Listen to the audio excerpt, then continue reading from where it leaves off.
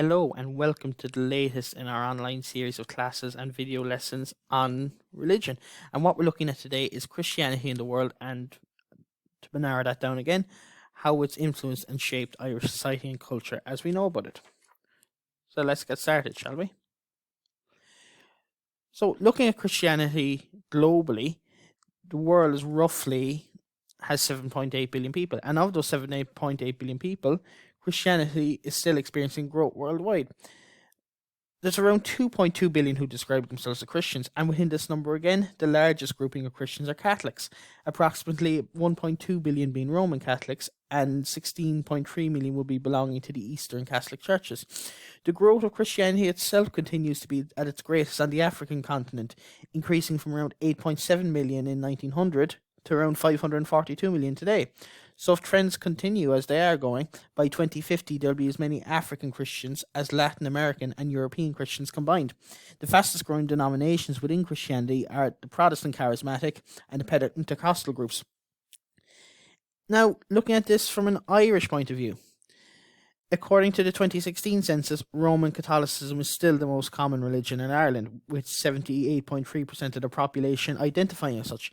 Protestant Christian denominations have a huge presence too, and with each of the following represented on the census, you have the Church of Ireland, Orthodox, Presbyterian, Apostolic Pentecostal, and other Christians who do not belong to any specific denomination, but would still consider themselves Christian.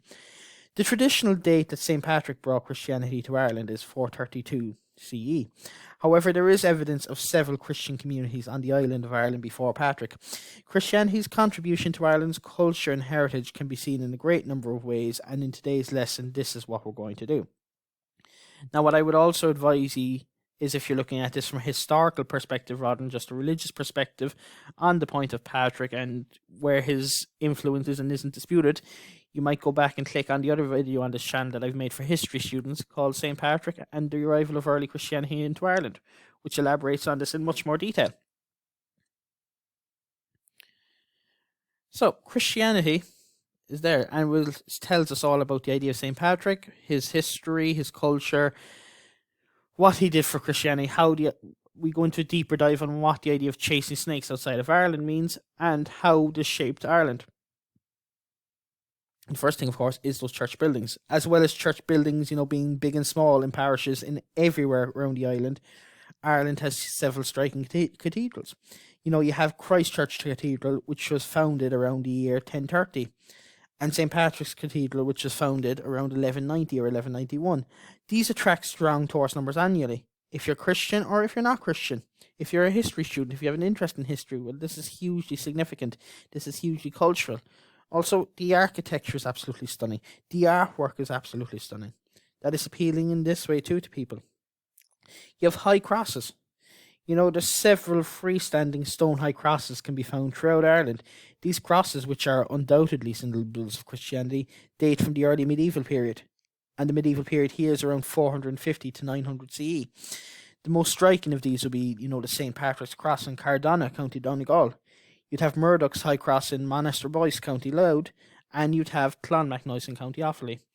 Again, remember to hit subscribe so you'll see when all these history videos are posted. But if you want to look into this in greater detail, we have videos about the Middle Ages and early Christianity in Ireland, which will explain this from the historical perspective.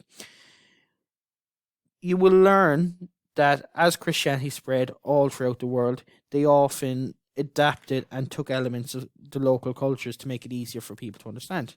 So the High Cross is also the Celtic cross. You see undoubted elements of design of the Celts in it, and that's done for a reason, so it's easier to understand, so people can accept it easier. And with that as well, though, you have to remember at the time people were largely illiterate. They couldn't read and write. So for the priest to be able to illustrate his point further and for people to understand what the priest is saying, he'd put Bible stories on it, or key moments in Christianity, so that people could see and read it for themselves. And the idea then of using, I suppose, the Irish iconography or the Celtic iconography is that it's easier for people to digest, easier for people to understand.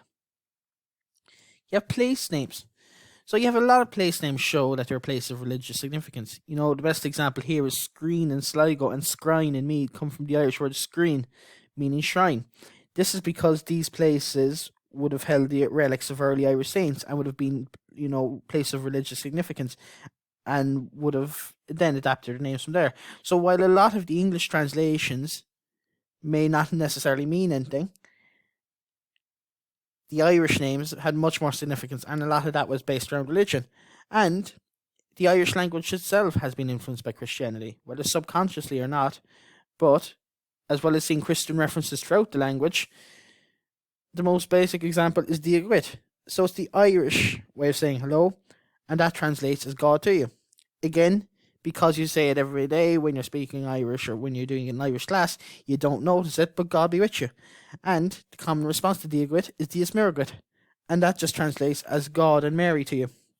Another way that the Irish have celebrated Christianity, or that Christianity has influenced Ireland, is the idea of the celebration of saints. You have 3 Christian saints' days that are celebrated in Ireland. You have St. Bridget's Day on the 1st of February. You have St. Patrick's Day on the 17th of March. And you have St. Stephen's Day on the 26th of December. So alongside the non-religious celebrations of St. Patrick's Day, such as the parades, Christians may attend a service of worship to give thanks for Christianity. St. Bridget's Day is marked by weaving rushes of straw into St. Bridget's cross to celebrate this powerful figure in the early Irish church. And again, it's the same with St. Stephen's Day.